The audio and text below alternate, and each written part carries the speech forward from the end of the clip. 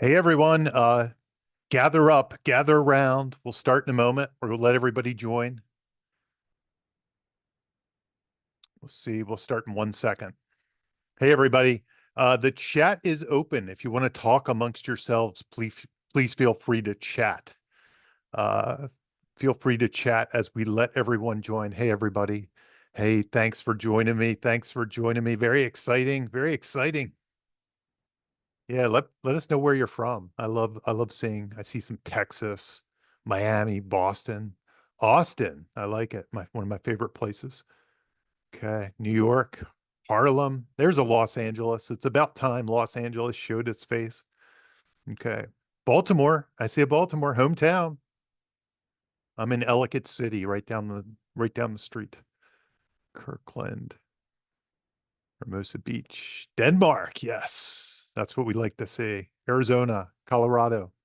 San Francisco. We're still pumping in here. Tucson, Alberta. We'll get started with the horror one. Indonesia. Yes, Indonesia's in the house checking in. The UK, Cambridge, Belgium. I love it. I love the international. England, Melbourne.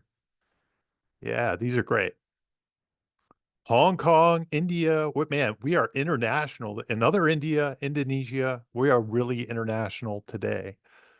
I don't even want to know what times things are in those places. San Francisco, Bay Area, Indiana. This is awesome. Okay. We have a lot to do today. Appalachia, Maryland. That's awesome. Another Maryland. There's horror everywhere. Yes, Phil. Thank you. That there is. Lithuania. Incredible. Um, so we have a lot to do today. If you've ever done one of these with me, you know I jam pack them. I can't stop talking. I love talking about this stuff. We'll probably run a little bit over because that's the way I roll. So stick with me. Um, I give away a lot of information. But first, I'd like to just start while people are rolling in. I do want to give kind of a word to our sponsor. And I want to tell you just super quick, this will be the only ad, I promise. I'll just kind of do it. Well, there'll be an ad in the end a little bit. Um, but this will be the only ad, and it's really cool what I'm about to show you. So let me just stop this share really quick. We'll just talk through this super fast as as we wait for people to roll in. Hold on 1 second. I'm just going to reswitch my share of my screen here. So what I'd like to just share with you is Save the Cat's been doing something really secret behind the scenes. And truth of the matter, I'm not part of the Save the Cat like business. I'm a contractor of sorts. I mean, I'm definitely part of the family, and I love all the stuff they put out. But it kind of goes to show you that like this is just something I wanted to talk about that I think's really cool. And I get asked about this all the time. So I'm really excited to share this. So Save the Cat did a complete update of their software, and they really haven't told anybody. So I wanted to kind of just give you a quick behind the scenes. This will only take a couple seconds, then we'll get to the horror of their software suite. And if you've ever used their software suite, you know, the old version was very effective and people loved it, but it was a little bit like 90s technology. They've completely like page one rewrite, gone back and made a very modern version. It's all web-based. You can collab with a writer. There's an ability to collaborate in real time, and it handles your story stuff from end to end. So it's not just the Save the Cat stuff, that's all there, but there's all kinds of other things. So this is the first page you'll encounter when you sign on. And I'm just going to do this super fast, so bear with me. But I just wanted to show you because they really haven't talked about it or shown it yet. So you're kind of getting in on the ground floor here. You could select all these different types of projects. They do have a novel, of course, but all the movie projects are there, the 1 hour TV, all the good stuff. Let's just go to movies super fast so I can show you. You can fill out your cards. They can be moved around. So as you can see, this is like completely updated if you know the old software. Um, it's really, really cool stuff. But then they have all this other stuff. They have the board, so you can do your 10-20-10s. These are like little instructions. Characters. They have a whole character section where you can add characters. Let me just show you one really quick, just to give an example. Um, Add character. You can add all their stuff.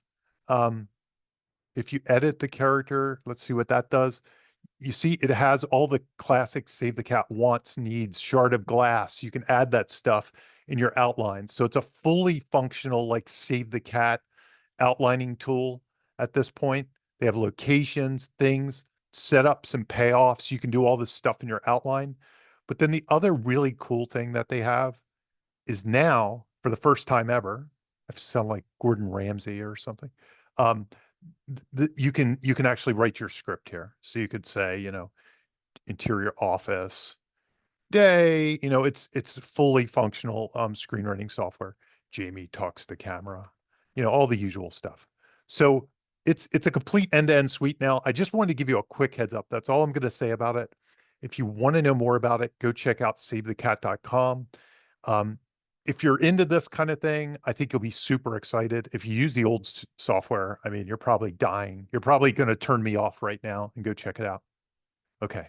Back to why you're here. Um, does it have spell check and stuff? BJ will be in the comment section. He can actually answer some of those questions as we go. I'm going to jump in to talking about the reason you came, which is Save the Cat Writes Horror. Again, this is a presentation based on my new book. If you've ever done these with me, I always like to add stuff that isn't in the book, but I also like to leave a lot on the table that is in the book. Hopefully, I really hope you'll buy it. You'll talk to me. I'm really out there. If you look on Twitter, Facebook, any place, or if you even go to my website, you can talk to me, ask questions. I love to help. I love to talk about this stuff. So hit me up. Let's go. So my first big question for those of you. Now, most of you are probably here are probably horror writers. The why horror is because you are who you are. And I was one of those kids. I grew up watching everything I grew up in the 80s. So in the 80s, every week we had tons of new horror movies, whether it was Jason or Michael Myers or Freddy Krueger. I grew up watching these movies like The Exorcist. The Magic Ventriloquist Dummy was the first real scare that terrified me. I saw the TV ad. A lot of kids my age saw the TV ad and couldn't sleep forever. That's the Anthony Hopkins movie. Rosemary's Baby, things like that. Alien was a big influence. So I grew up loving horror, but especially I loved horror books. I was a big Stephen King guy. Dinar Kuntz was a big guy when I was a kid. Clive Barker.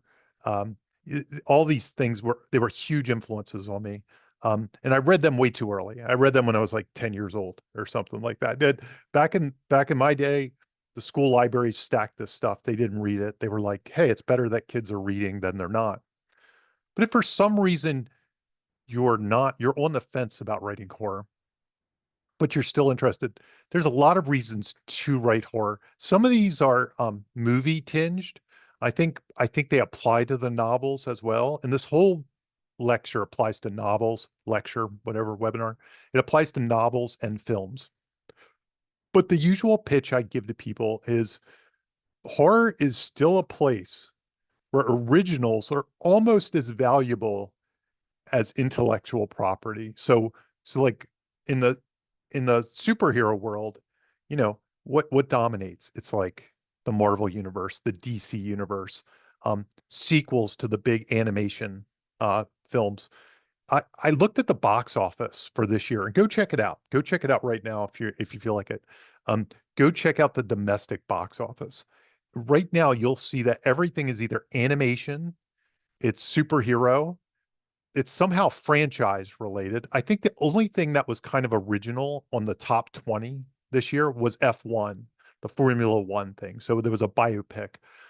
And then there were four actual horror entries, two of which were franchises that at one point were original. The Conjuring, I think, was one, and Final Destination is like classic original spec screenwriting, storytelling. And then there's like Sinners and Weapons. And that's just in the top 20.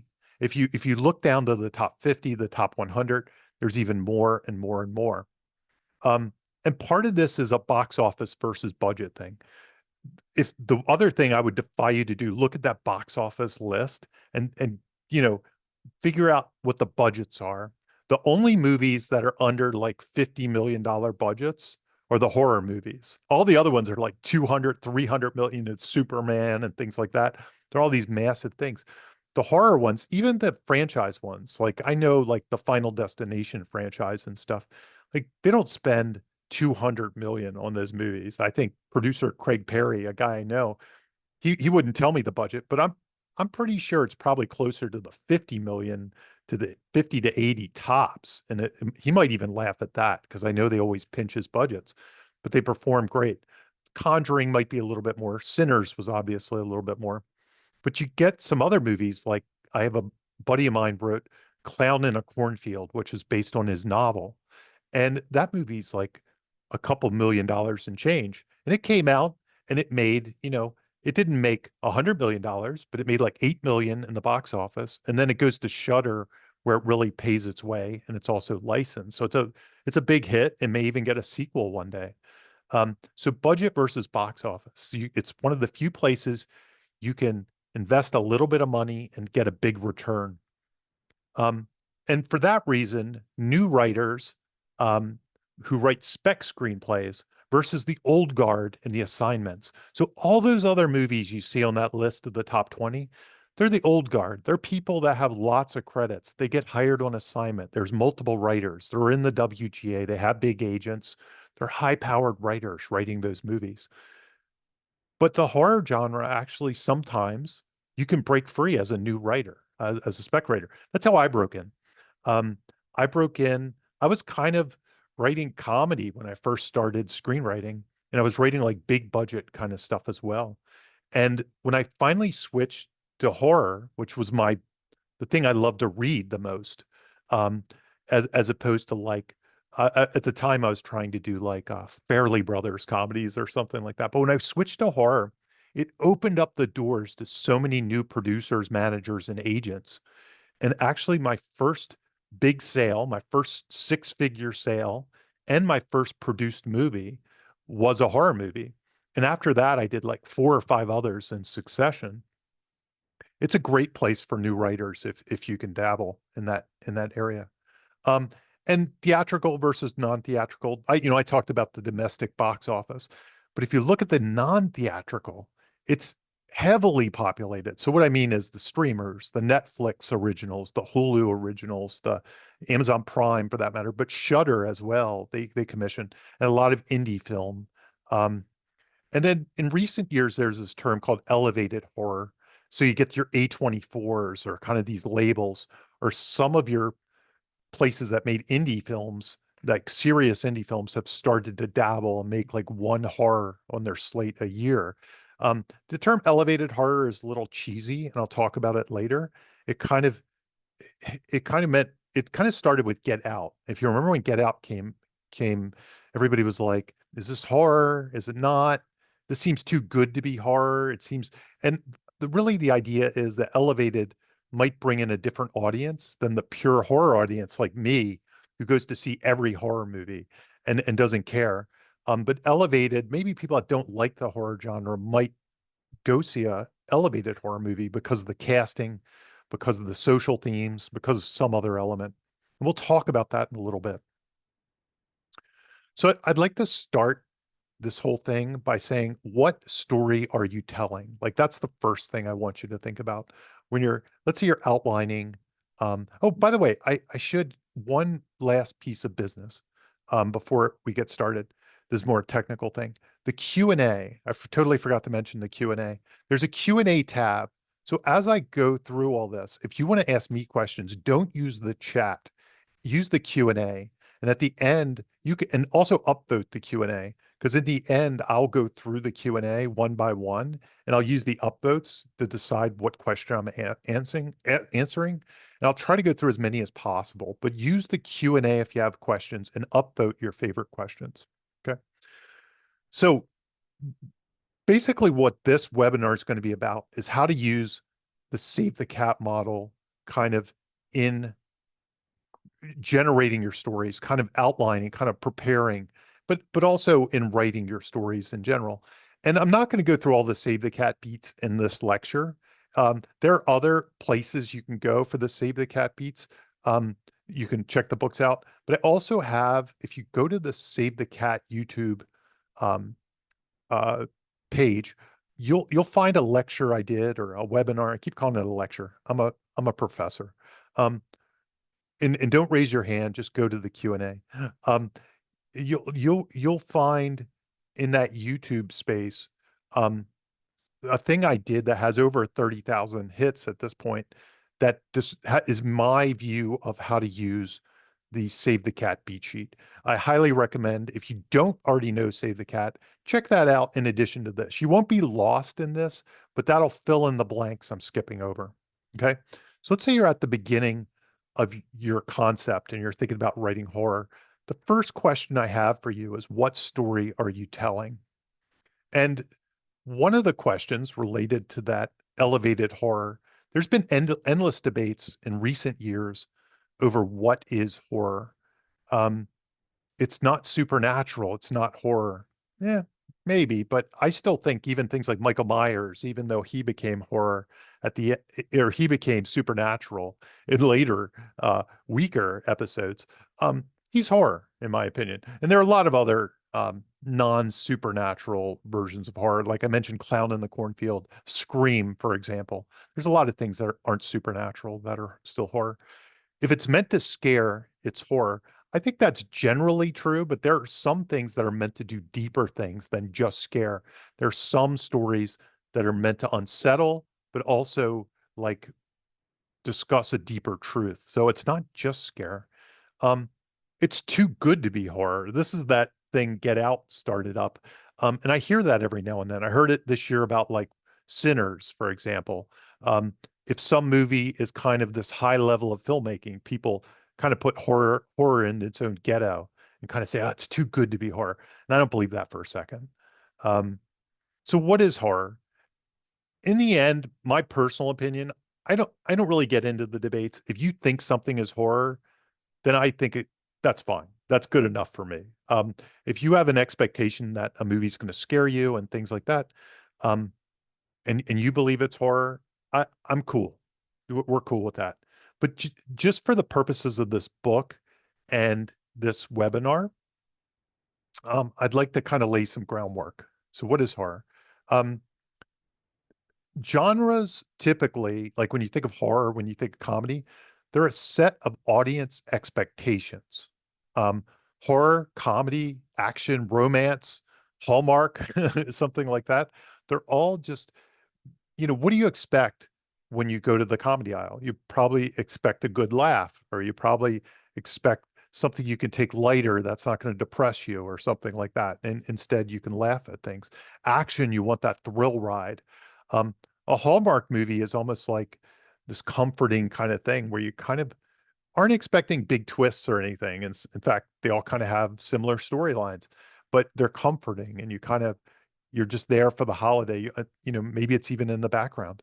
So these genres are audience expectations is really what they are. But Blake Snyder, in his first Save the Cat book, he had his own genres that he came up with. His genres weren't audience expectations so much. They were more story patterns or story roadmaps for writers to kind of help brainstorm and help understand and get a handle on what story they were going to tell actually were. And if you know Save the Cat, he had these kind of fun terms. He had 10 story patterns. I'm just going to share a couple. Buddy love, which were like your love stories, like When Harry Met Sally, but they could also be E.T. or Black Stallion or something funny like Step Brothers. They're relationship movies. Um, Dude with a Problem were a lot of thrillers. Die Hard, North by Northwest, things like that. They were 3 Days of the Condor would be a dude with a problem. Golden Fleece. Usually these centered around a road trip with a prize at the end. There was some kind of quest for a trophy, or sometimes even sports movies where it was a quest for a title. Like any sports movies had a season where they were trying to get a title would also be Golden Fleece. But movies like Lord of the Rings, where they have to get the ring to Mount Doom and throw it in, it's a road trip. There's usually a team. Little Miss Sunshine, getting to the the contest at the end of the trip. Um, American Lampoon's Vacation would be an example. Why done it? Your mystery stories. But what he pointed out was these stories often centered on why, not who. And these are just some examples. I'm not going to give you all of them. Again, you can look them up in other places. I think they're highly useful, but he had 10 story patterns. And honestly, when he initially told me the 10 story patterns back in 2006 or whenever it was, I can't remember when the book originally came out. Um, I was constantly skeptical that there were more, but I've been doing this now for almost 20 years with Save the Cat. I've been paying attention really hard to Save the Cat, and I really haven't found another genre. At best, I've seen blending of genres.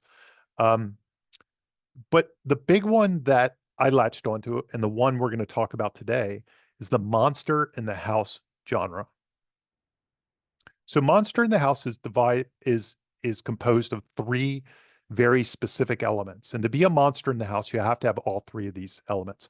First of all, there's a monster. It's supernatural, it's unstoppable, or it's human evil. It can be any one of those three. So I think in the horror genre, the evil, the human evil almost borders on supernatural. It almost seems like something inhuman. I almost think the inhumanity is the key to the monster. It's what differentiates the villain in maybe an action movie or a drama from a horror is the evil almost makes them inhuman. It challenges us to think, what human could possibly be this evil or cruel or relentless or unstoppable? The house. Now, for my mind, the big thing about the house, and I bolded it here, is that the house is a trap. It's trapping the heroes so they cannot escape the monster. Okay. So in my book, I do a lot of, I'm not going to break it down here, but I give you a lot of examples of possible traps. And they could be anything from the human body, like The Exorcist or a werewolf movie or The Fly. Like that could be a house. That's the trap. You can't escape your body. Psychological horror is the brain. Um, but a lot of things are just, hey, like a movie like Abigail, if you saw Abigail, where they lock the doors and you're trapped with the monster. You can't get out of the doors. Or if you're on a deserted island with the monster. Um, those are your typical traps. But there are other traps, like even societal traps, like a movie like Stepford Wives or Rosemary's Baby, where it's almost like the community and the society is the trap in and of itself. And here's the big one, for me at least. When I first started to write horror, my horror was often very one-dimensional, and it didn't have this next part, which also made it a little nihilistic. Um, but the sin is a transgression that lets the monster in. It kind of invites the monster. It's the old vampire. You have to invite it in, right? And the reason the sin is so important is it sets up almost a morality tale. I used to read EC Comics when I was a kid, and they had very black and white morality tales. If you do this, the boogeyman comes, right?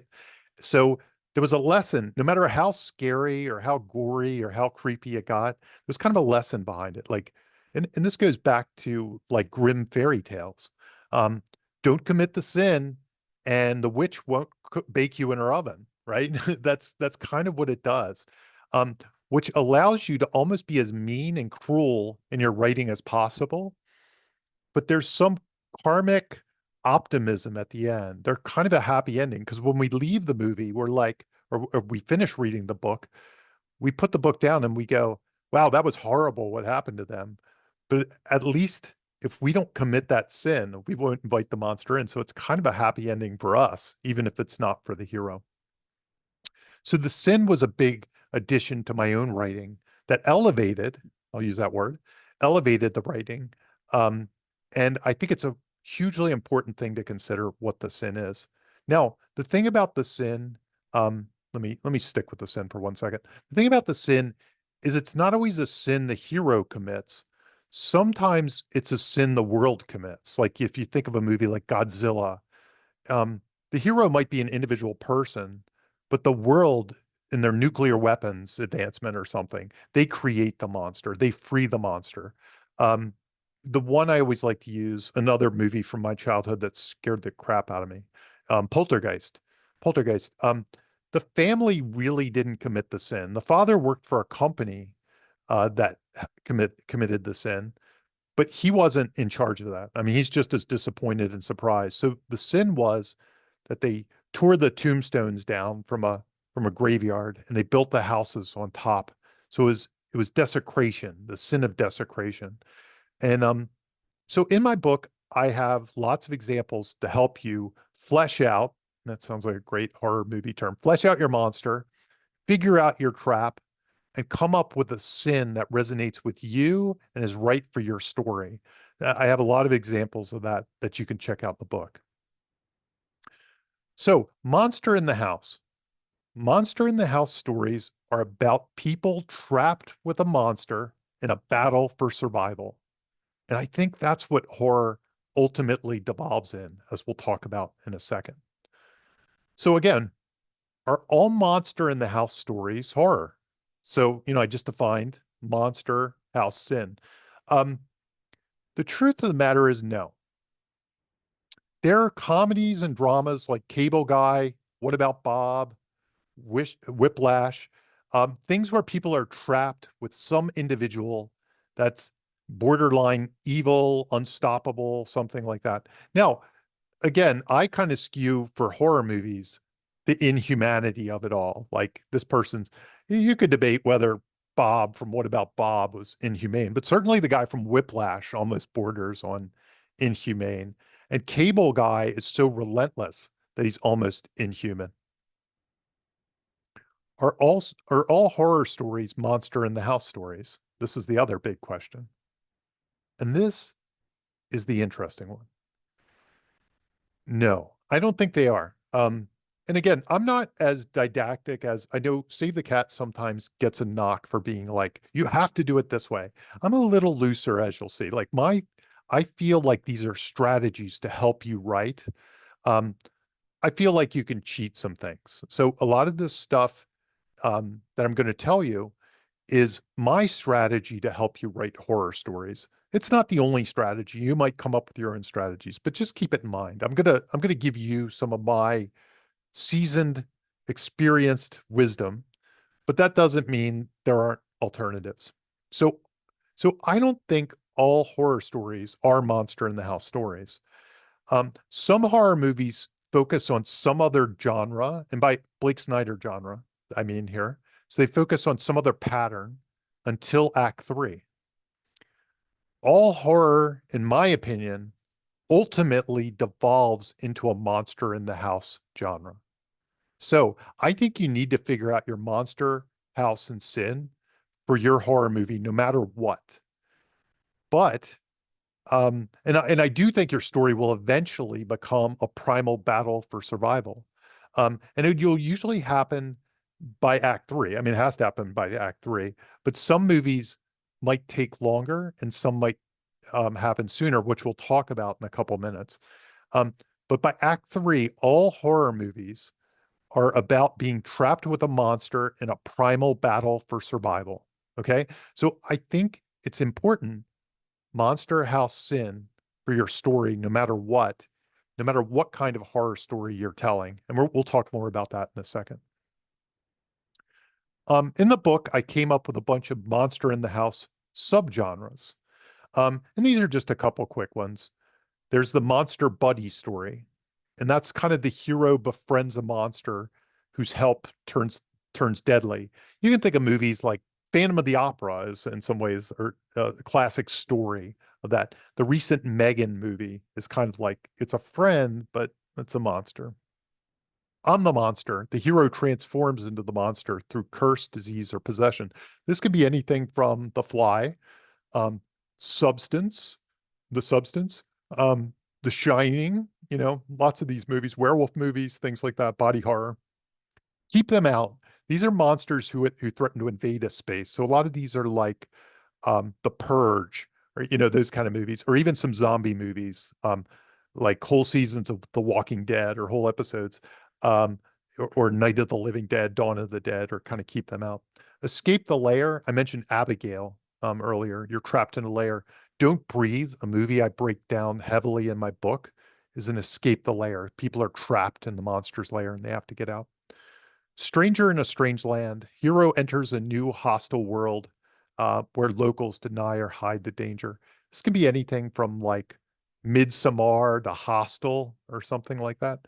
Last Survivor Standing. These are where a monster stalks a group until only one remains. And these are your classic slasher movies. The Clown in a Cornfield I mentioned. But Scream, um, uh, uh, Jason movies, Friday the 13th movies. What the Curse? Heroes face a deadly curse or outbreak. And these are any movies that have kind of curses or things like that that happen. Cabin Fever might be a movie like this. Drag Me to Hell might be a movie like this. Hunt a Killer. A hero must stop a killer before the body count rises. Jaws might be considered a hunt a killer. There's been Conjuring movies. I think the third Conjuring movie was a hunt a killer. And last but not least, Solve the Puzzle. And these survival requires solving a mystery of the monster's origin or motive. What is the horror? So anyway, these are some subgenres that you can start figuring out what specific horror story you're telling. You can start narrowing it down. And in the book, I then have elements of these to help you then further brainstorm, but we won't go into those today since we only have 1 hour. But check the book out. Okay, so you kind of now know what your horror story is about, what type of story you're telling. So let's go into the heart of Save the Cat, which is structure, story structure, like what the events of your story, like how you're going to tell your story, how you're going to lay it out. And the first big question, in my opinion, so after you come off what kind of story you're telling, and by the way, I'm skipping over some key important things, like character and stuff like that. I just don't have time today in our limited time, but I promise you they're in the book. So go check them out, or you can check out the other lecture, and you can see, because it's very important for a horror story to get to do the Save the Cat thing. I have a thing called the rooting resume, where you give us reasons to root for the character in the first act. So we're not rooting for them to die, which happened in a lot of 80s movies I watched. You probably watched the same movies.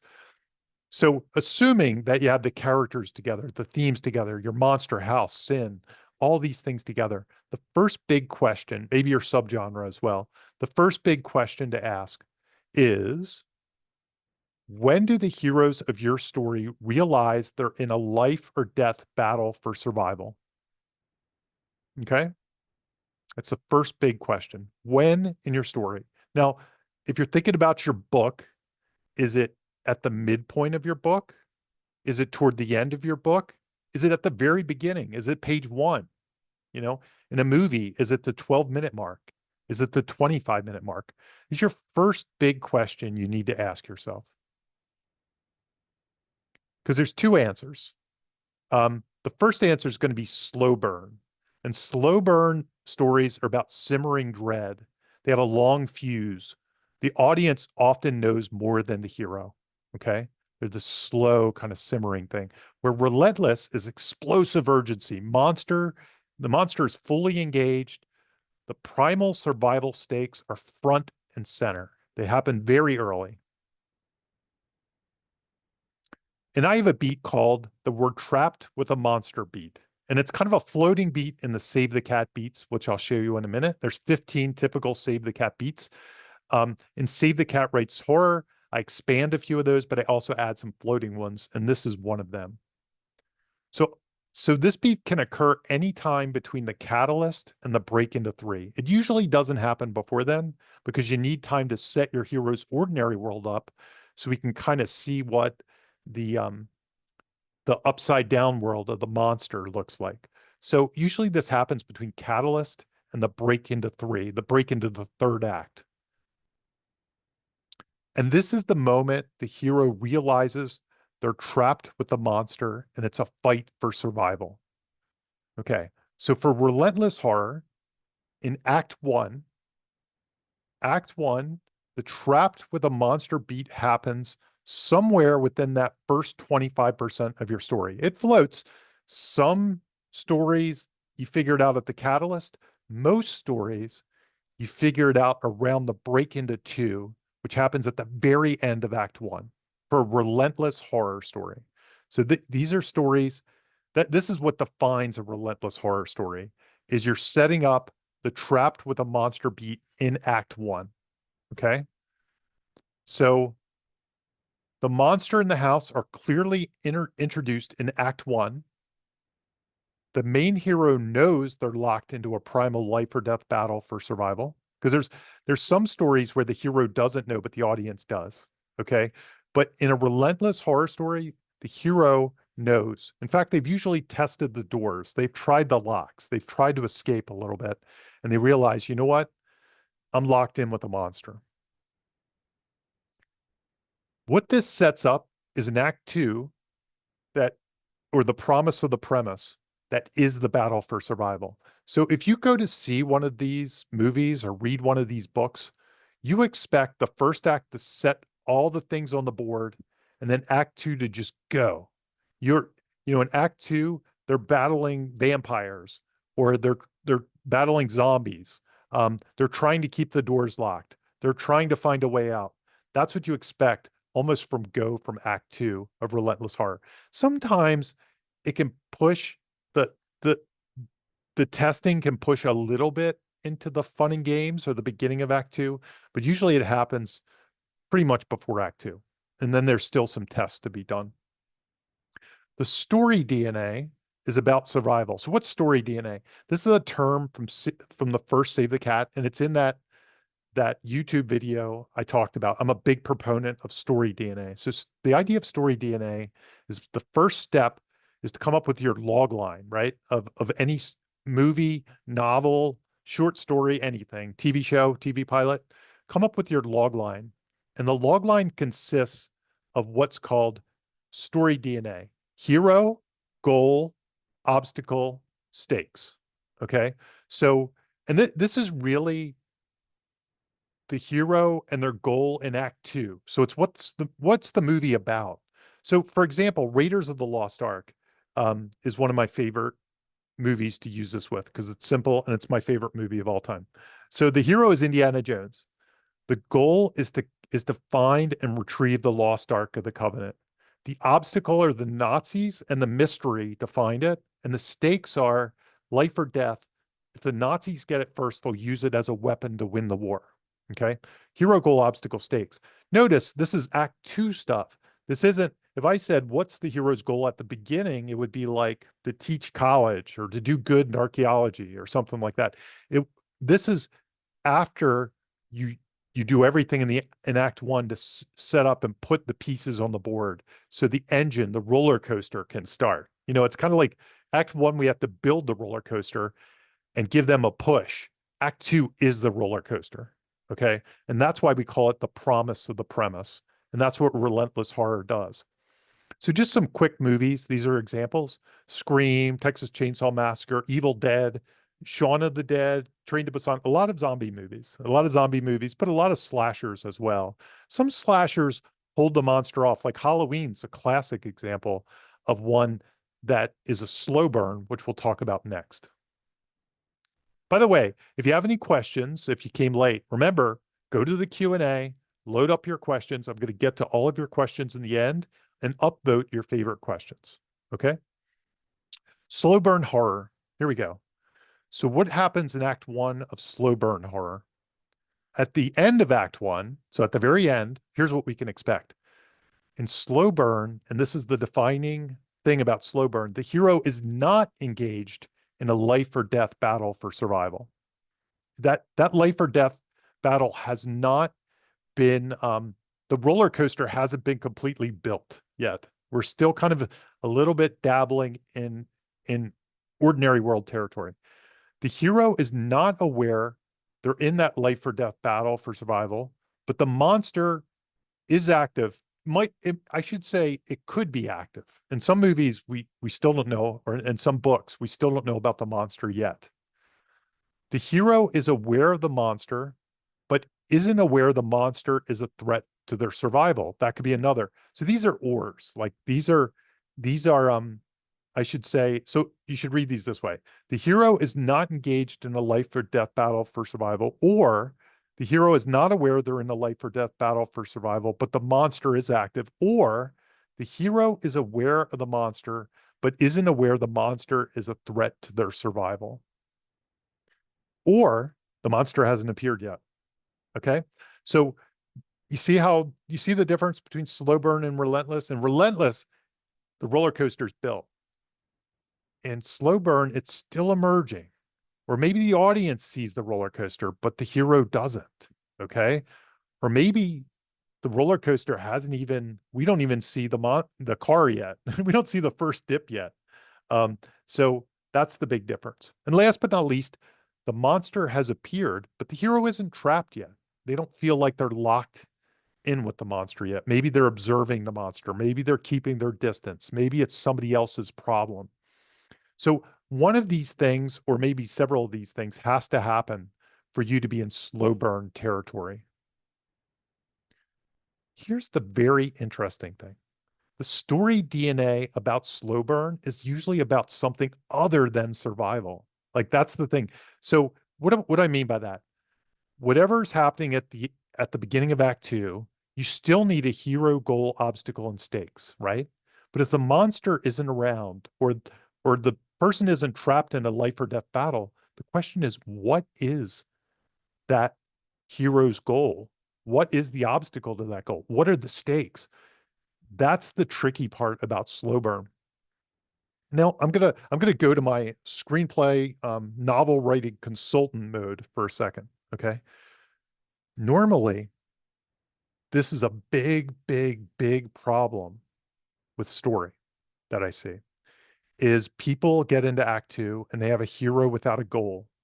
They have a hero without an obstacle. They don't have any stakes. How many times have you heard this note? How many times have you sent your story to some expert and they gave you notes and that's what they said? No stakes. There's no goal. I don't understand the goal. The obstacles are too light. This is one of the biggest problems I have with new writer stuff. Um, but the truth is, so I'm mixed. I'm mixed on even telling you about slow burn horror. But the reason I'm not mixed is because I know some of the best horror is slow burn horror. There's some great relentless. I write a lot of relentless stuff. But what I'm kind of pitching to you is slow burn can be really hard. And the reason is a lot of writers unintentionally write slow burn. So what my hope to you is by kind of opening the door to what the difference between slow burn and relentless is, that if you do have a slow burn and you find yourself wanting to write the slow burn story, you'll know the pitfalls, you'll know what you're doing, and you'll have intent. I think intent is the key with everything. A lot of these traps and these guides that people say never do this are more about because people accidentally do it. Because if you act lazy and you don't define things, sometimes you just kind of muddle your way into this Act 2 that has no goal, no obstacles, no stakes. I I think it's okay to go in these directions and tell a story as long as you have the proper intent with your eyes wide open. So that's what I hope to help you with today. Okay, so slow burn. If we're not in a monster in the house story, because honestly, at the end of Act 1, the monster might not be present. There might not be a trap. There might not be a sin or something like that. Here's a question. I heard this first from Jason Blum of Blumhouse, of all these big horror movies that Blumhouse has done over the last 20 years or so. I guess 15, 20 years. I guess it's been about 20. Um, he said, what's the indie drama that gets interrupted by the monster? And I think that's great, especially for slow burn. I think it's a good thing to ask yourself for any story. I think if you're writing an action story, it's good, or dude with a problem.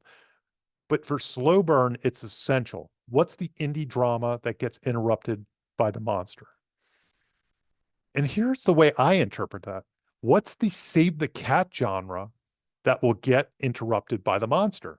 Remember, we talked about the save the cat genres. These are the 10 save the cat genres: Golden Fleece, Dude with a Problem, all that stuff.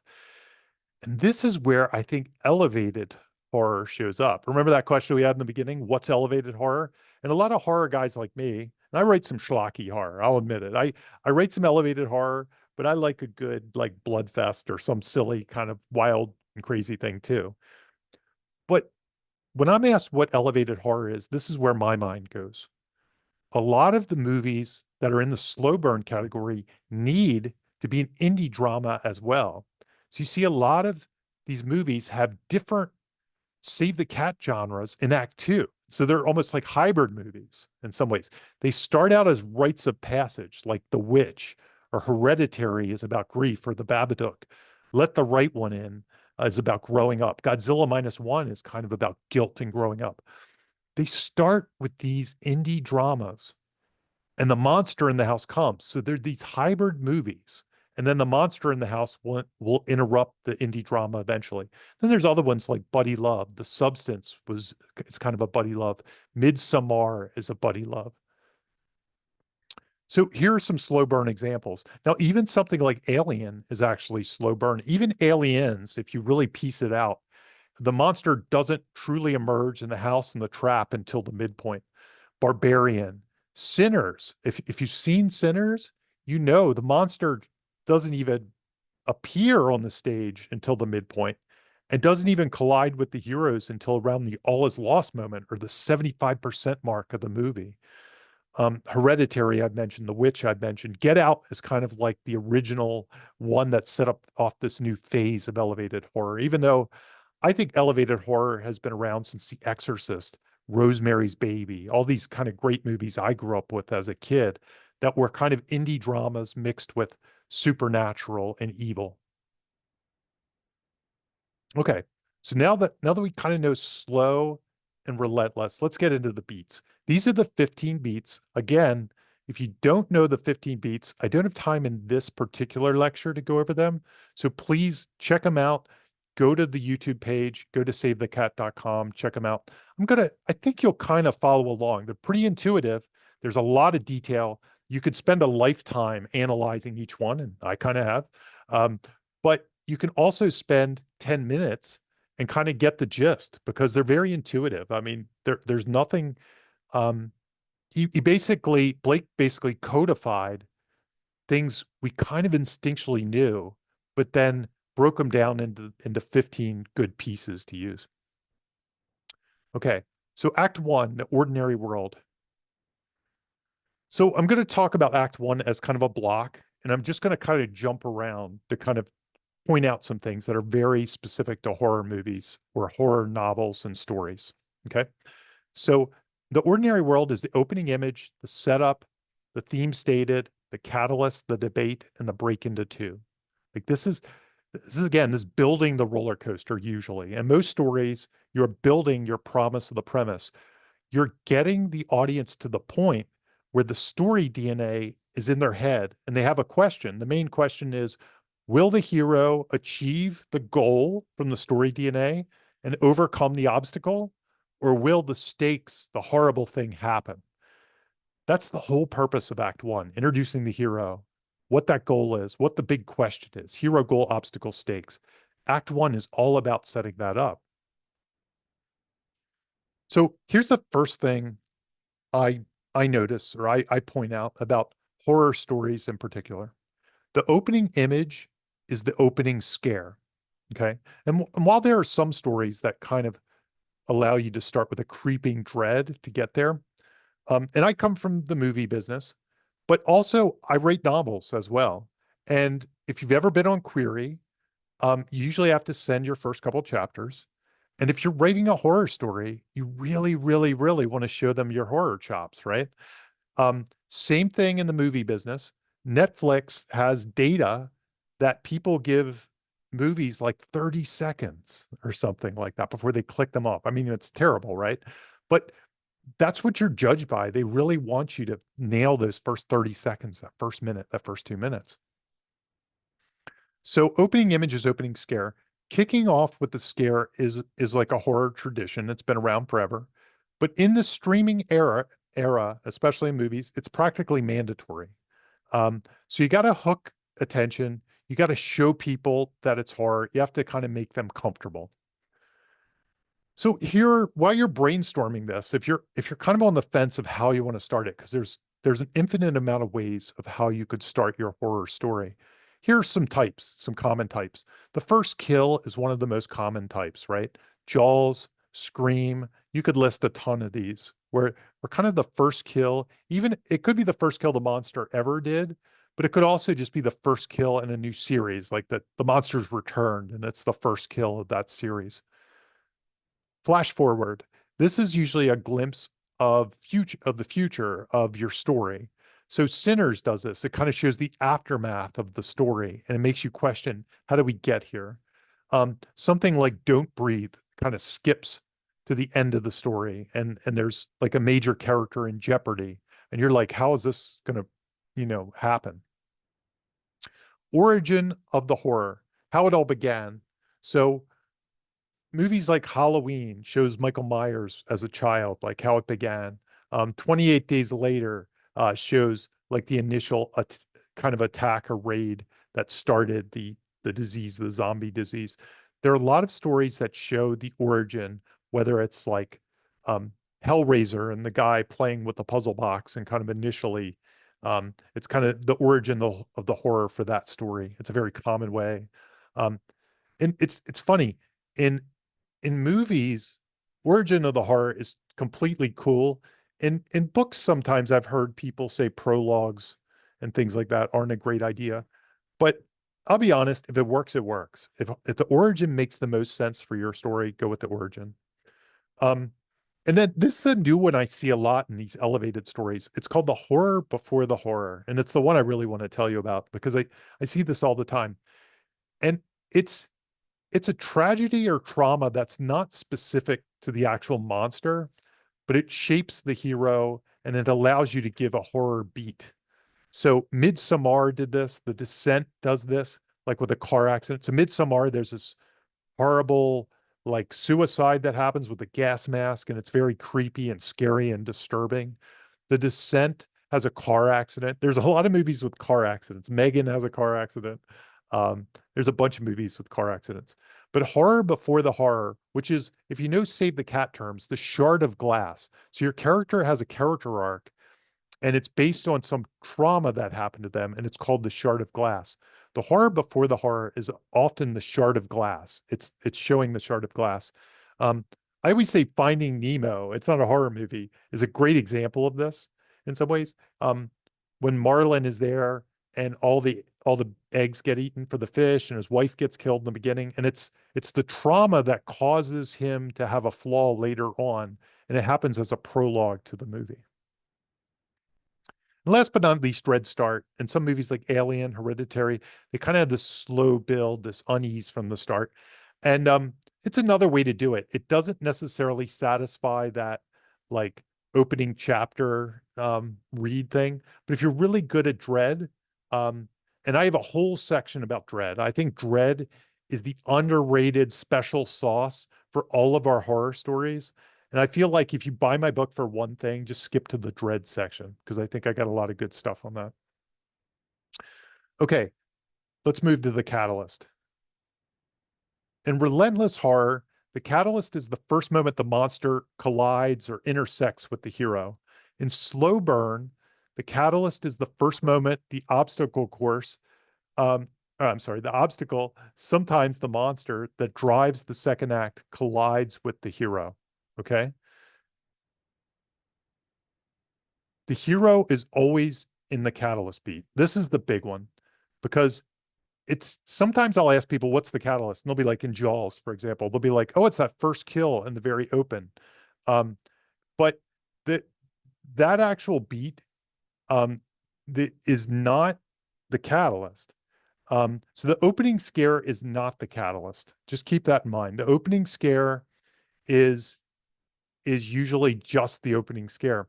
The catalyst is when Brody finds the body in Jaws, or Sydney is first attacked in Scream. It's not when Drew Barrymore is killed or when Chrissy is killed. And you see the reason why, because the hero is in the beat. That's the thing.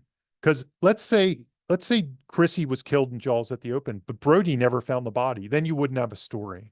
But the thing that intersects Brody with the body in Jaws, that's the catalyst. Okay. Okay, break into two. Relentless horror. So I'm skipping through because I go through almost all these beats in the book, but I'm skipping to some real highlights for you to get you some cool information.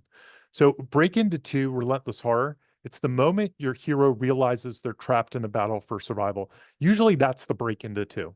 Sometimes it's kind of a slow emergence, like they think they're trapped, but it's kind of the thing that finally seals the deal. And they're like, we have to battle for survival, is usually the break into two. It's that we're trapped with a monster beat. The monster is coming for them. They're trapped in the house and they know it. In slow burn, though, it could be a lot of different things. Okay.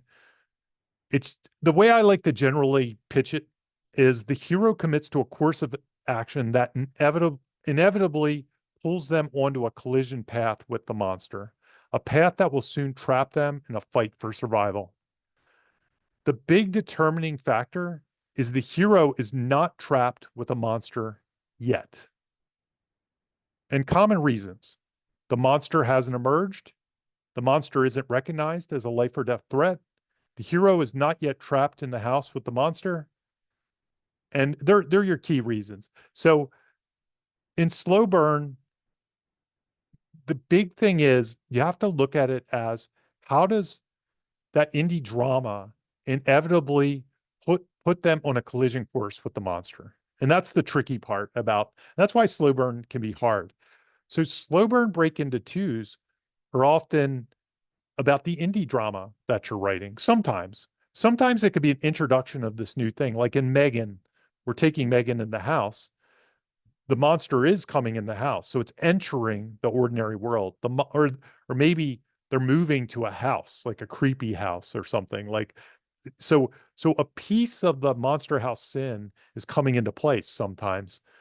But all of the factors of the trap and the monster and the awareness are not there yet. So it's usually like the break into two is some decision, some action the hero takes that will ultimately, check one of those boxes, that will check all of the boxes that turn your story into a battle for survival.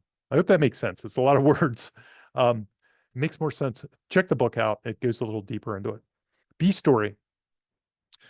So I just want to throw one thing out about the B story. The B story is not the lore story. And by lore story, I mean like the history of the monster. Like if you were doing Blair Witch Project or something, you might be tempted to say the B story is the backstory. Um, the backstory is important. Maybe it's even the C or D story, but the B story is almost always related to theme. And it's usually related to some relationship story. It's usually a love story. And by love, it could be brothers, friends. It could be any kind of, it could be business partners or something. And it could be boyfriend, girlfriend or something like that. But a B story is almost always a deeper relationship story that seeds the character arc. So just be careful. A lot of people, like I say, when I consult a lot of horror stories, people just check the box. Oh, B story is just them investigating the nature of the ghost or something. Um, and it usually isn't that, or it shouldn't be. If you want a fully three-dimensional story, you'd like a full B story, but then you'd also want a lore story that might teach us about the theme. It might teach the hero about something they need to learn. So the lore story is important, but there's a difference between the lore and the love story. Okay. And it's more than one letter. Okay. Okay. So let's get to Act 2A. This is the upside down world. And this is actually where the B story and fun and games are. B story sometimes gets lumped into Act 1, sometimes Act 2. So in Relentless Horror, the fun and games are the promise of the premise. We talked about this a little bit earlier. The hero is pursuing a goal, obstacles in the way, and the stakes that were promised in the log line are all present in Relentless Horror. Story DNA in action. Okay. The hero fights to stay alive. But the way I like to call the fun and games, I want you to kind of, when you're doing horror, I think when you're doing any story, think of it as twisted fun and insidious games, because this fun and games is not fun and games for the hero. It's fun and games for the audience. It's the roller coaster. That's why, right? It's scaring us. It's giving us twists and turns. It's giving us tension. So twisted fun, insidious games. The biggest danger is redundancy. Um, so you want to constantly raise the stakes, you want to constantly escalate, and then you want to shake things up at the midpoint. And sub goals are your key. So this is a tool I want to hand to you. If you're doing a relentless horror and it's just getting a little redundant, you're stuck in the same places. My suggestion to you is sub goals can help you out. It can be one tool in your toolbox. It can make sacrifices, difficult choices, dilemmas with these sub goals. And here are some sub goals just to give you ideas so you can start thinking. These aren't all the sub goals you could possibly have, but these are a lot of them. Weapon or tool acquisition. Um, discover the monster's weakness. So this can be an investigative or probing. Get out. Search for an escape route from the house. Learn the lore. This kind of can be related to discover the monster's weakness. Form alliances. They could team up with others. Maybe there's another group or something like that, or another person that can help them. Secure a hideout, fortify a spot, get to a spot that can be fortified. Call for help. Go on a rescue mission, maybe save another person. Maybe they left someone behind. Maybe they find a new person trapped out in the woods they have to go get. So these are all sub goals. Solve the mystery. There could be a mystery, like which one of us is the killer or something like that. That could be a sub goal. Medical attention. Treat wounds or illness. Somebody could be very injured and they might have to do something to save that person. So I think sub goals, and this is just a small list. I think if you keep having sub goals come and either work out or fail or provide new twists, you can kind of provide mini goals along the way of the roller coaster. And these can be your ups and downs of the roller coaster. One sub goal could be climbing the hill and then it fails and you drop, and then you have to climb yourself out of the pit with another sub goal. So you can string these sub goals together to keep things fresh and keep different styles of action and scares and things like that coming. Slow burn fun and games is where it gets really interesting. So if survival isn't the story, what's the hero's goal? Okay. So the conflict is tension of any story. I'm sorry. Tension is the engine of any story, and conflict is really providing that tension. Okay. So the thing that makes you turn the page in a book is an itch that needs to be scratched. It's kind of a fear. It's the tension. That whole tension that needs to be resolved, that needs to come back to status quo, is what you're playing with in psychology to keep people, they need to know. They need to know. And you keep throwing obstacles in the way of needing to know, will the hero be okay? Will they be safe on the journey? So what happens in slow burn if you don't know the hero's goal? And the key really is, it's kind of a loaded question. Just because the hero's goal isn't survival, they still need a goal, okay? You have to come up with some other goal. So you have to rely on mystery, dread, and internal struggles as well to keep providing tension. But I actually think you have to go back to those save the cat genres and figure out your hero goal obstacle stakes before the monster shows up. So they still need to be there. Know that the battle for survival is coming. It might not come to Act 3, but there's some other battle they're fighting that's an indie drama, hero goal obstacle stakes. Okay. What's funny is when I was reflecting on this and when I was writing these slides, there is actually a Save the Cat book called Save the Cat Goes to the Indies, or Save the Cat Does the Indies.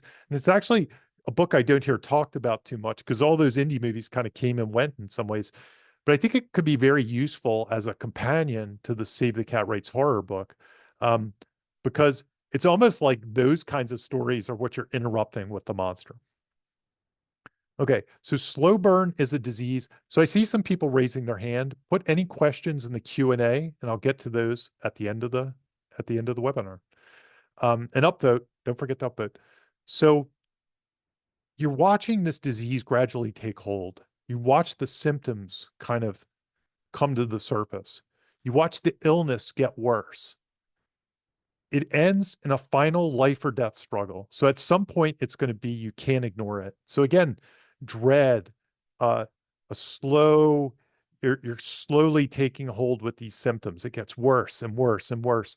They're trying to maintain some semblance of whatever their ordinary world is, but it keeps getting worse and worse until it descends into this life or death struggle. And the audience tension simmers as danger creeps closer and closer. So here are some strategies.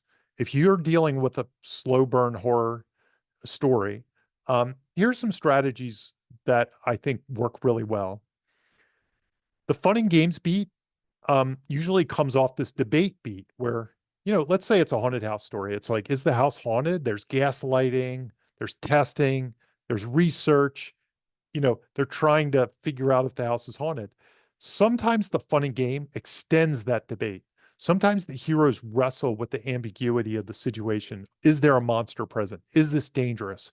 Am I trapped here? These things can continue in the fun and games. So it's fun and games and more debate. Maybe the debate shifts a little bit. Maybe they realize there is a ghost in the house, but now they're testing, like, is it dangerous or something like that? There's a new question that arises. And more debate happens throughout the fun and games, along with other things in their ordinary life. So yes, there's a monster, but can I live with it? Or is this really a monster? And this debate stretches the tension. It delays the urgency. So the second strategy is scares in the shadows. And this is a very common one you see, where let's say you have your hero doing their ordinary life, and that's your indie drama that's happening in the fun and games. They have a goal. The goal is to get a raise at work, or to maybe it's to get somebody to marry them or something. There's some indie drama going on.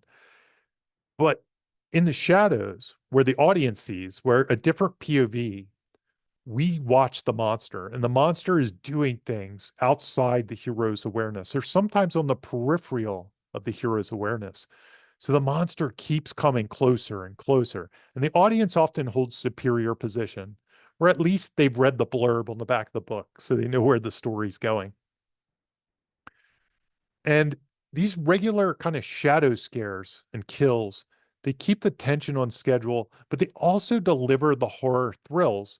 If a certain type of, like, there's certain type of horror fans that will get bored if you don't deliver enough horror thrills. They won't, maybe they won't be as bored, as on board for an indie drama as some other people. So it really just depends on what type of story you're delivering, but scares in the shadows can work. Halloween was an excellent example. I mean, Halloween delivers all kinds of dread and thrills and scares, but Michael Myers is pretty much working in the shadows outside of Laurie Strode's POV. I mean, she spots him a couple times and it's creepy and things. She has no idea he's a killer, that she's going to be in a life or death battle. But we know that. We, the audience, know that because we know he escaped. We know about his first kill. We know he's being hunted. We know that he set his sights on her and there must be a reason. We know all those things. So it keeps coming and coming.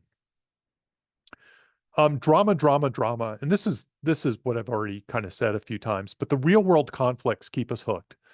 Grief, jobs, relationships. Think about Hereditary. It's a movie about grief and family and things like that. And some of the best scenes are those scenes. But there's also this slow feeling of like, what's the monster? What's going on here? Something's coming, and it keeps coming and coming. And it really pays off in the end. But what's the indie drama that gets interrupted by the horror movie? I know I've said that a few times, but figure that out. Figure out the goals, the stakes, and figure out how the monster can integrate into that, or how the house and the trap can integrate into that. So the monster weaves into those, like I said, Hereditary, Megan, Get Out. The monster is slowly playing on these other drama aspects. And the fun and games and this is true almost always in slow burn horror, especially, but fun and games equals dread in games. And as I mentioned, I have a ton of ways to work with dread. Like, if you buy my book for one reason, buy it for the dread section, or go to the Barnes and Noble and look at the dread section and read that and put it down. Get the dread section. I just don't have time to tell you about it today. But dread is the star of slow burn. And dread is this unease, this feeling that something's coming, the tension increasing, the rubber band, like it's like pulling a rubber band until it snaps, right? And that's what Dread's all about. And it's amazing how much Dread masters of horror sneak into their stories. It's almost happening like on every page, sometimes in every sentence, the dread is increasing. And same with in novels, you can just load your stories with dread. In some ways, dread is this sounds like a Pet Cemetery quote. Dread is better. In some ways, dread is better. Um, in some ways, dread is better in the novel world because the scares, they're not going to like make you throw the book in the air or something. I don't know. Maybe you've read a book that had a great jump scare, boo, and you threw the book in the air. In some ways, the dread is what really gets you because when you put the book down, that's what really sticks to you. Anticipation is greater than jump scares, and the audience squirms. They're waiting for the monster to strike, and you're holding it back. You're holding it back. You're teasing it out. You're playing with them. Dread's everything. It's really important. Okay, let's talk about the midpoint, the monstrous midpoint. At the center of the story, the horror usually shifts gears. Stakes escalate, secrets unravel, and survival gets harder. The monstrous midpoint of Relentless horror is your classic midpoint. You might add a ticking clock. Time is running out. It could be a wind that stirs the monster. Like something might happen, but then the monster might look and be like, "You're the one that I have to go after." Sometimes a stranger appears. Sometimes it's the half man or something, which is another save the cat term for kind of like a mentor who survived the monster. Out of the frying pan. So sometimes the hero escapes, but the thing they escape to is even worse. It's a worse trap. There's a phenomenon I call the incredibly shrinking house that usually happens in horror, where the space gets smaller and smaller, so that the house gets tighter and tighter. You're closer and closer to the monster. A new way to survive might be a thing. A big plot twist often happens here. Like think about Barbarian. If you've seen Barbarian, it happens right at the midpoint. A story meets B story. Personal conflicts collide with the horror. And in slow burn, the hero finds themselves trapped in the house with the monster, or the audience begins to feel a ticking clock of the oncoming battle. This could be the revelation of the monster. This is where it usually happens in slow burn. Usually slow burn saves that trapped with the monster moment, or at least the revelation of the monster to the midpoint. That's the big twist. So if you're doing a slow burn and you're outlining it, you might look at the midpoint and say, is this where my monster should be revealed to the hero in some way? And how could that play in? A wind that stirs the monster. I mentioned it for Relentless horror, but oftentimes it happens in slow burn. The hero does something that disturbs the monster, infringes on the monster, makes the monster target the hero, and the monster sets their sights on the hero. Sometimes it's like in a movie like Megan, where the monster's among you. It's the realization that's a monster. This is dangerous. I have to do something. Um, or it's a realization by the hero that they're finally in the life or death struggle, and the monster in the house is game on at that point. It's like the monster in the house starts at midpoint instead of breaking to two. Jurassic Park is actually that way. It doesn't feel like a slow burn horror, but if you look at that movie or even the book, it doesn't really become the movie we paid to be in until about the middle of the movie. That's when the monsters are loose, the heroes are trapped, and they're in a life or death battle for survival. And it happens around the midpoint. So again, the trap is set and they're locked in the house. Or there's movies like Sinners, where the fuse still simmers, but a critical event or kill discovery starts the ticking clock to the battle for survival. Sinners does this. Sometimes the we're trapped with the monster moment even comes later, like around the all is lost.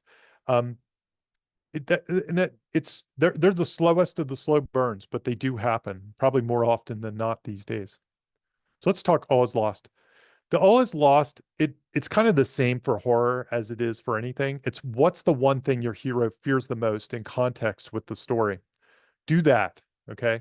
Make them face their biggest fear at that point. Okay. And last but not least, I'll get into Act 3, the final stand. So I keep saying this, but every monster in the house story, even the slow burn that has a different genre, ends with the showdown, a battle for survival after every sub goal has failed. There's some battle for survival.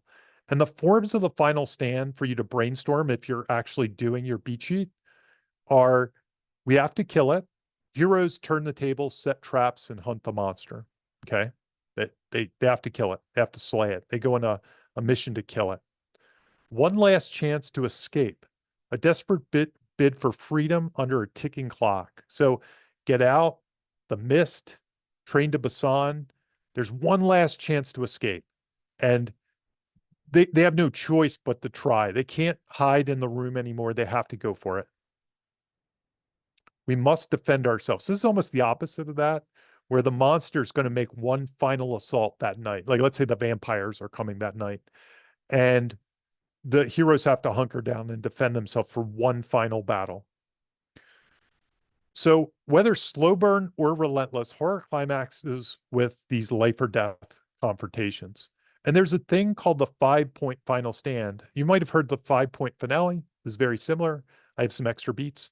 It's a mini movie inside your story. So your finale usually breaks into gathering the team. So some kind of preparation, arming up, courage, resolve, speeches, that kind of thing. They execute the plan, whatever the plan is: hunker down, go for the escape, kill the monster. Whatever their plan is, they execute it. But here's the thing. This is the big thing. The plan should always fail in some ways. They shouldn't just, we're going to kill the monster, we kill it. There has to be some surprise. And this is what I want you to, if you take away one thing from for the third act that I'm telling you, always have a surprise. The plan should fail. Okay. So they have to dig down deep. And often this is where the hero draws from the new person, the new resolve, the character arc, and they come up with a new way that they couldn't have done in the beginning. And maybe it's just bravery or self-sacrifice or something. There's something they've learned over the course of these horrible events, and they execute the new plan and they win the day. There's a couple other extra beats for the finale. Sometimes the victim becomes the monster in Act 3. Kind of the hero snaps, channel pain into rage. There could be a big twist. And there's a thing I call the not so secret weapon. And you've seen this some early setup, like the loader in Jaws or the oxygen tank. I'm sorry, the loader in Aliens or the oxygen tank in Jaws. And they often kind of mirror the monster's tricks. But the secret weapon is a common way to do that. And one last scare: the monster rises again when thought dead. Last but not least, after the final image, the evil lives on moment. And you know this one. Not required, but common horror tradition. It's like a last beat that hints the evil will return. Halloween, Michael Myers disappears after being shot. Carrie, the hand bursts from the grave. And just to wrap it up, one last trick. If you think, one thing I've found fun is to use the save the cat beats against them. So this is an area where if you really know the save the cat beats, and I don't think you have to do this, but every now and then this can be fun. Good horror can flip the expectations. So example, at the all is lost moment, a tragic death is usually followed by a reflection. But instead, I've seen horror movies that give you that tragic death, and we're like, oh, this is the all is lost moment. I'm going to go to the bathroom now and get back before the final stand, right? But then they hit with even a bigger shock after the all is lost. So sometimes knowing like the rules, catalysts, midpoints, and all that stuff, if you know the audience, if you're like, I'm going to give them a real shock, you hit them with an all is lost. And then right in the middle of the dark night of the soul, you hit them with the real all is lost, and you really punish them and shock them. And it's a way that knowing Save the Cat can work in your favor for even a bigger shock. It creates this feeling that the story's off the rails and anything can happen. So don't do this everywhere. Don't do it all the time, but it can be really powerful if you save it for one moment. Okay, so that's all. That's the webinar, and we're going to get to the Q&A. If you want to get the book, please, please, please, I'd love you to get the book. Save the Cat Writes Horror. And if you do read it, please give a review. Reviews are really important to books like this, especially if you give me a 5-star review. If you give me a 1-star review, go review another book. But I'd love for you to get the book, and I'd love for you to ask me questions about it. Find me. SaveTheCat.com has a lot of good beat sheets information. Go check it out. Go check that software out. Big thing. Monster in the House workshop starts October 1st. This is a personal 8-person, let's write a beat sheet kind of workshop where you come with a log line. You could just come with an idea. And by the end of the 4 classes, you'll have a beat sheet and it'll be horror. And it's horror focused. It's the first time we've ever done um, a horror focused workshop. And there's only 4 spots left. So if you're listening to me and you want to get to it, you might want to pause this and jump over there and just get it right now because there's only 4 spots. There's only 8 spots total. So you'll get it's a lot of time with me and brainstorming your story. So if you're writing a horror, especially if you have a beat sheet, you're kind of in the loose phase, or if you have an idea for a new script, just come to that. By the end, you'll have a beat sheet ready to go. More of my stuff. I do write horror novels. If you're interested and you like this, go check out my books, please. I'd love you to buy them. Haunted Girl just came out.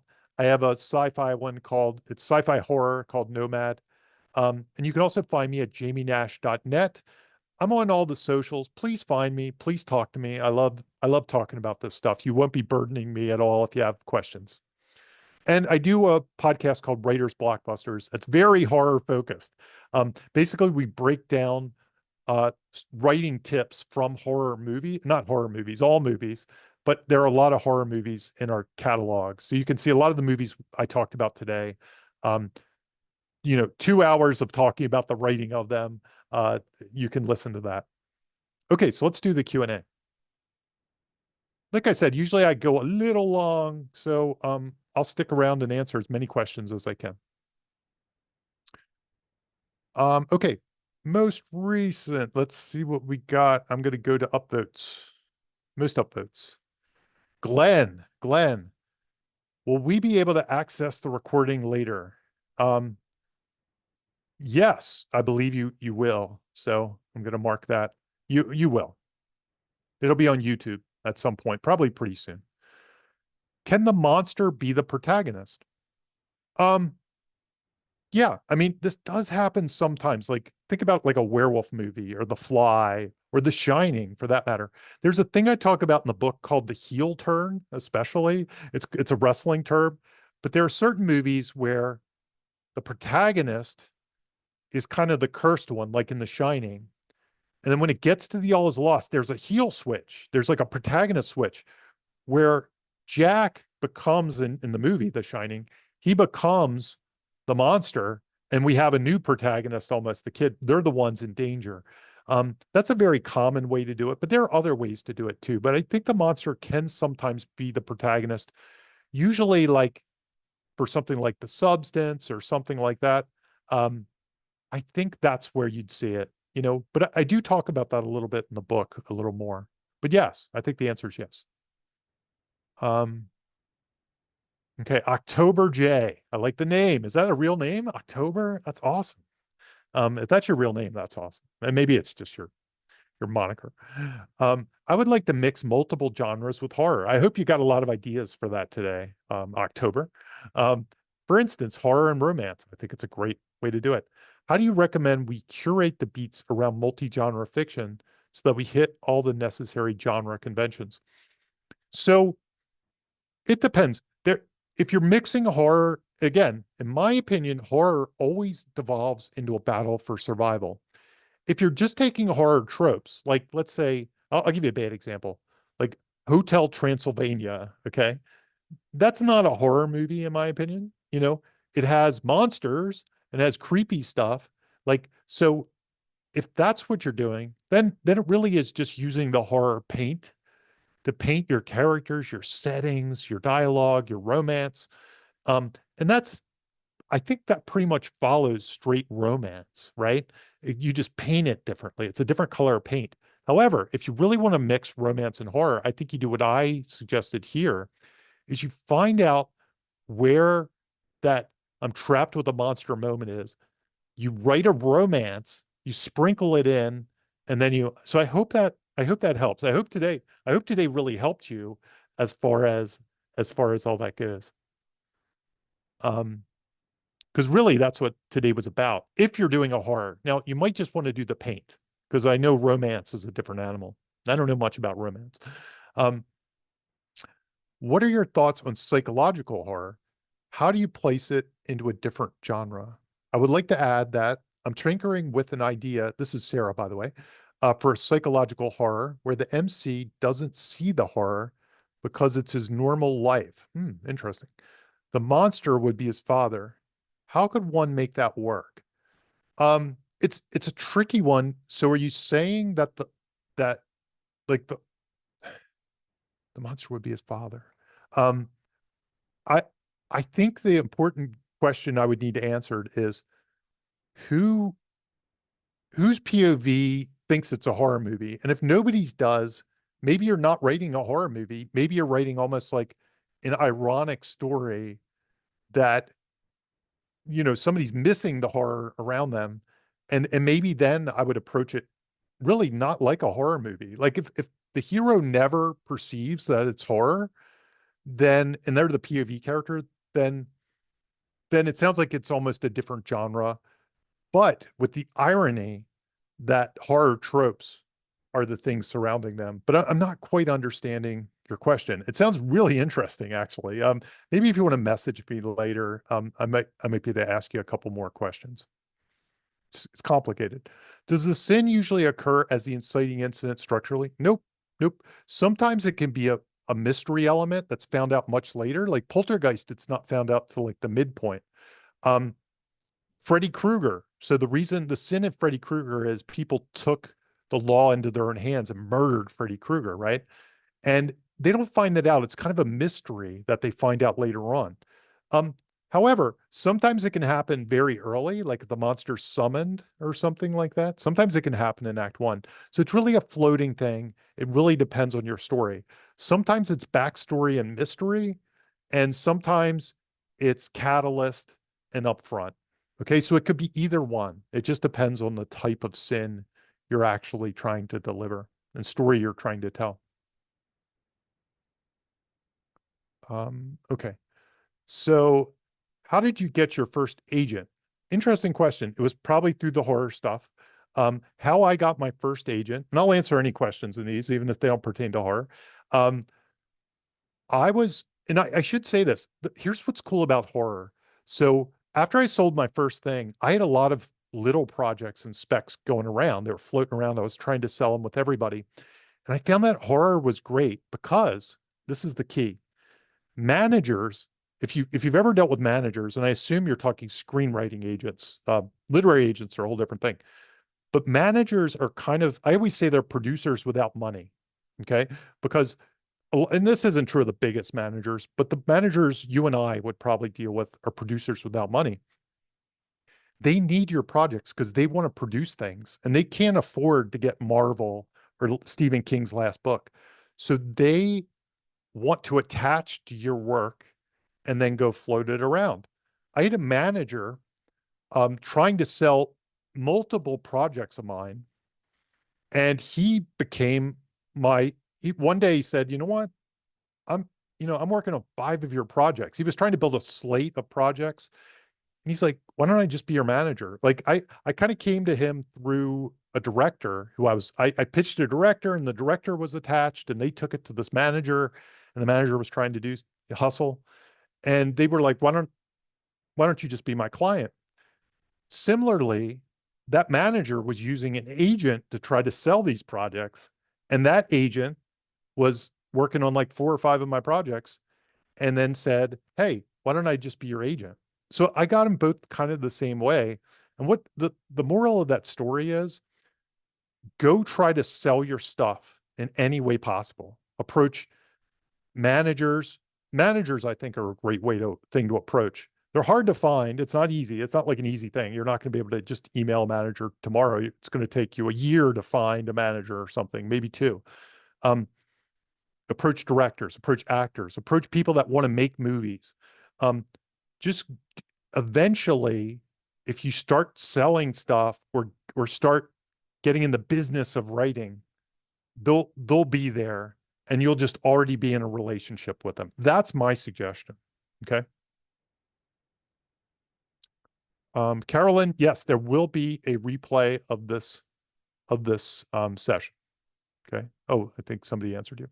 Um, So we're done with you. Anonymous attendee, if that's your real name. In your opinion, what is the best software for screenwriting? What do you use? So I'll be 100% honest. Um, I think Final Draft is I don't know if it's the best, but it's the standard. Um, the Save the Cat thing I demoed today, the Save the Cat software, the reason that's really cool is it's good if you want something to kind of integrate outlining and planning and stuff like that. I think that can be a great thing. Um, there was a product called Writer's Duet that I tried a couple times and I find that useful. But for the most part, I've been using Final Draft since 2005, but I've used things like the Save the Cat software up to now to outline my projects. Um, so, if you want something that can do outlining and writing, you need to look at something like the Save the Cat product. But if you just want to do writing, Final Draft's probably the one. It's a little pricey, but it, eventually you'll probably need Final Draft one day. Okay. What film industry news or script related sites pods do you follow other than Save the Cat? That is an excellent, excellent, excellent question. And I'm less good at this. I used to get in meetings and I would know more than the execs. And I was like Mr. News. Like all I did was study this stuff. Like I knew the specs out, I knew the writers, and I'm not as good anymore. Nowadays, I just kind of follow deadline. Um, I there's a handful of podcasts I listen to. There used to be a board, but it went away in September called tracking board or whatever it was called. Um, and I like that because it was new stuff. So I don't have great answers. I just kind of followed deadline, and I do a lot of social media following too. Reddit, social media, stuff like that. But I do look at deadline almost every night and I do kind of a scan. So between that and following social media, I get most of my news. How would you categorize The Others starring Nicole Kidman, which has a twist ending? Monster in the House slow burn. I think I would agree with the Monster in the House slow burn. Um, it's funny. The twist, I don't know if I should give away the twist. It's an old movie, right? It's kind of like the twist is that it's not a monster in the house. So it's kind of like a true monster in the house with a slow burn, in my opinion. There might be a bit of why done it to that. I can't remember it well enough to remember if there's like an ongoing mystery. What is your opinion of John Truby's definition analysis of horror in his book on genres? I read this when it first came out. I'm a fan of Truby.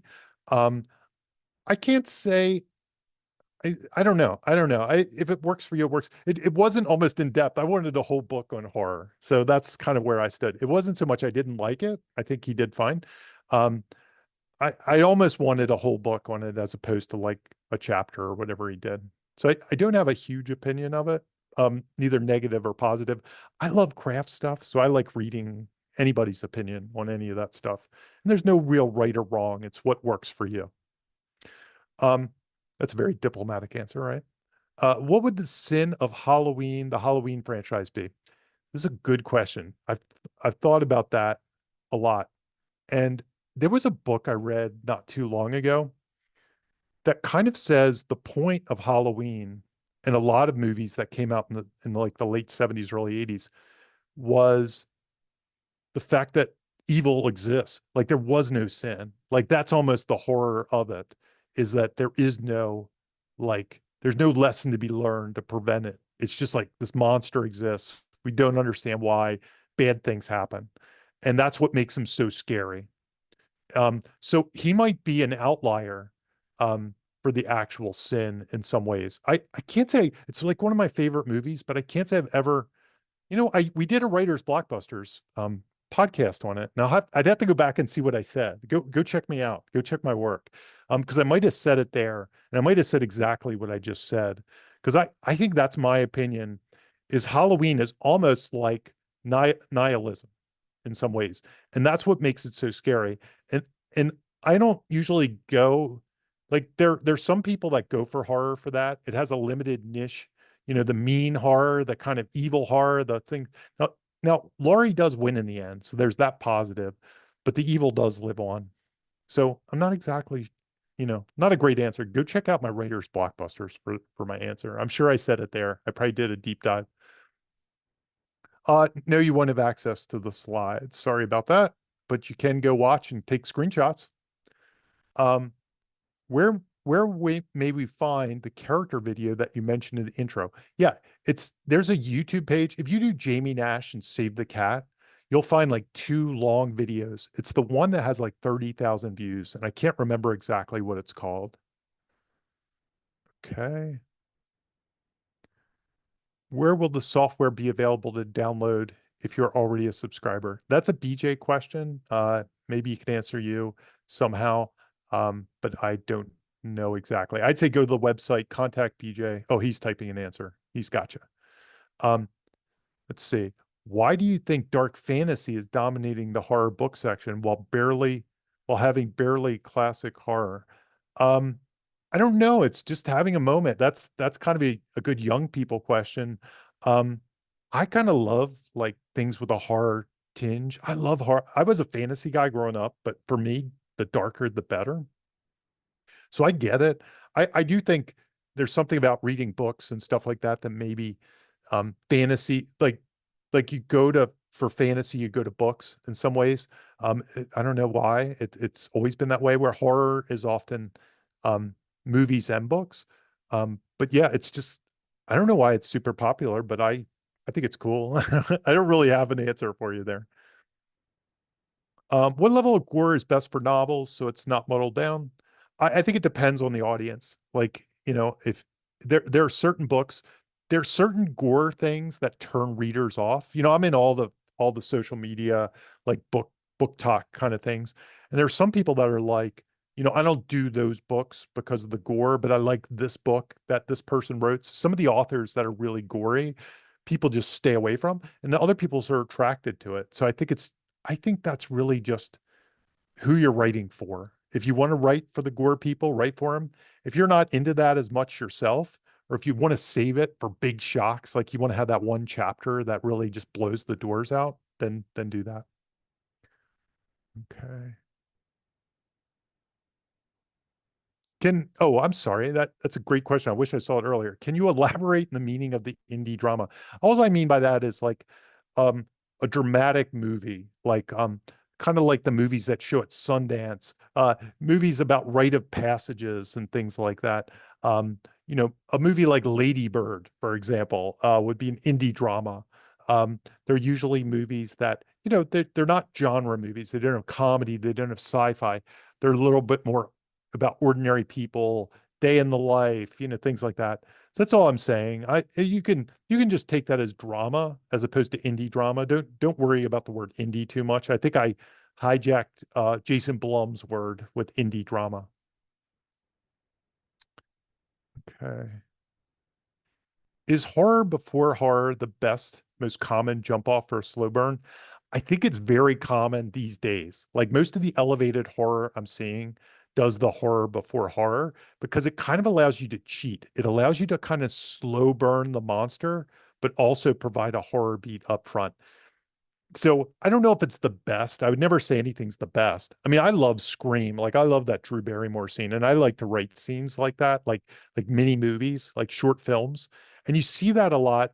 The short film approach is almost what I call it. Those scenes are um, those kind of those kind of opening scares are almost like prototypes. Like sometimes people make those as short films to prove it's a proof of concept, and then they actually becomes the scene. So I wouldn't say it's best, but it's very common these days. Because of that, you know, you get some time to do the monster thing. Um, can your story start with a monster in the house, but in Act Two get preempted with a bigger monster in the house that gets resolved, leaving you with your original monster in the house at the end unresolved? It's a very, complicated question. It sounds reasonable. It sounds kind of bonkers and wacky. Barbarian did some wacky stuff if you saw that. Um, I think so. I think, I need to know the specifics, but I think so. When you're writing about a group, is it okay to share beats between characters? Slow burn by superficial characters, but others already got it. Be love story represented by two characters and themed by another, or still have an explicit hero. What is the best way? In case Jamie doesn't see this. Jessica Brody answered this and saved the cat. I don't understand the question, to be honest. It's a complicated question. Beats between characters, slow burn by some superficial characters, but others already got it. B love story represented by two. Yeah, I'm not sure. Again, if you want to hit me up, I'll be happy to try to answer, but I'm not totally. I want to follow up with your question before I try.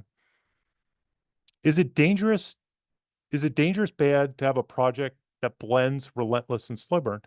I don't think so, but I think once you get to Relentless, it's probably not slow burn. It might be dangerous to slow things down after it's Relentless, but if you do it with intent and with caution, there might be a way to do it. Okay, so I'm going to do one more question and then we're going to go. Uh, what do you think about a showdown where at the end, no one survives but the monster? The Mist kind of did this. Did I spoil The Mist? Is that okay? I think it's okay. I would carefully decide what that says about your story. Um, I'd be careful about it. You know, just ask yourself, what message are you sending? Like, because you should have a bigger theme in mind. I try to suggest that people stay away from nihilism. Like the world sucks, we suck, we all die. I don't, while there are horror movies that do that, they're kind of mean and cruel, and I've probably written a couple myself. Okay. So I'm not saying they're bad. Um, I would challenge you to try to not do that. But if that's just the type of story you want to tell, if you just want to say kind of life sucks, then we die, evil happens, too bad. Um, that's your call. And people have done that, and they've done it effectively. Um, so I don't think it's, I think it could work. It's been done before. I'm going to do one more because I saw Kidlit. So as a Kidlit writer, I'm a big Kidlit guy. I have a couple Kidlit books. Check my Kidlit books out. I love Save the Cat books and tools, but I really love a section on the website tailored to Kidlits specifically. Might that happen? Are there plans to write Save the Cat writes Kidlit? But Kidlit, it's funny, I got excited by Kidlit, but these are questions I can't answer. There is a book, Save the Cat writes the YA. You have that. Yeah, I can't say. I can't say. It sounds like a great idea. I love Kidlit. I have like 3 or 4 Kidlit books up. I'd love for you to check them out. Um, and I'm writing a couple more, even in the horror space. Okay. With that, I'm going to call it quits. Um, thank you so much for joining. I don't know how many people we got up to. I never get to monitor that. Again, please buy the book. I'd love for you to buy the book, and please then come talk to me about it. I'm very open to talk. Thanks so much for joining me on a Saturday morning. I love doing these, but I can only do them because you show up. I hope you got something out of it. Well, take care as I go on a random search for the end webinar button. Take care. Happy Halloween.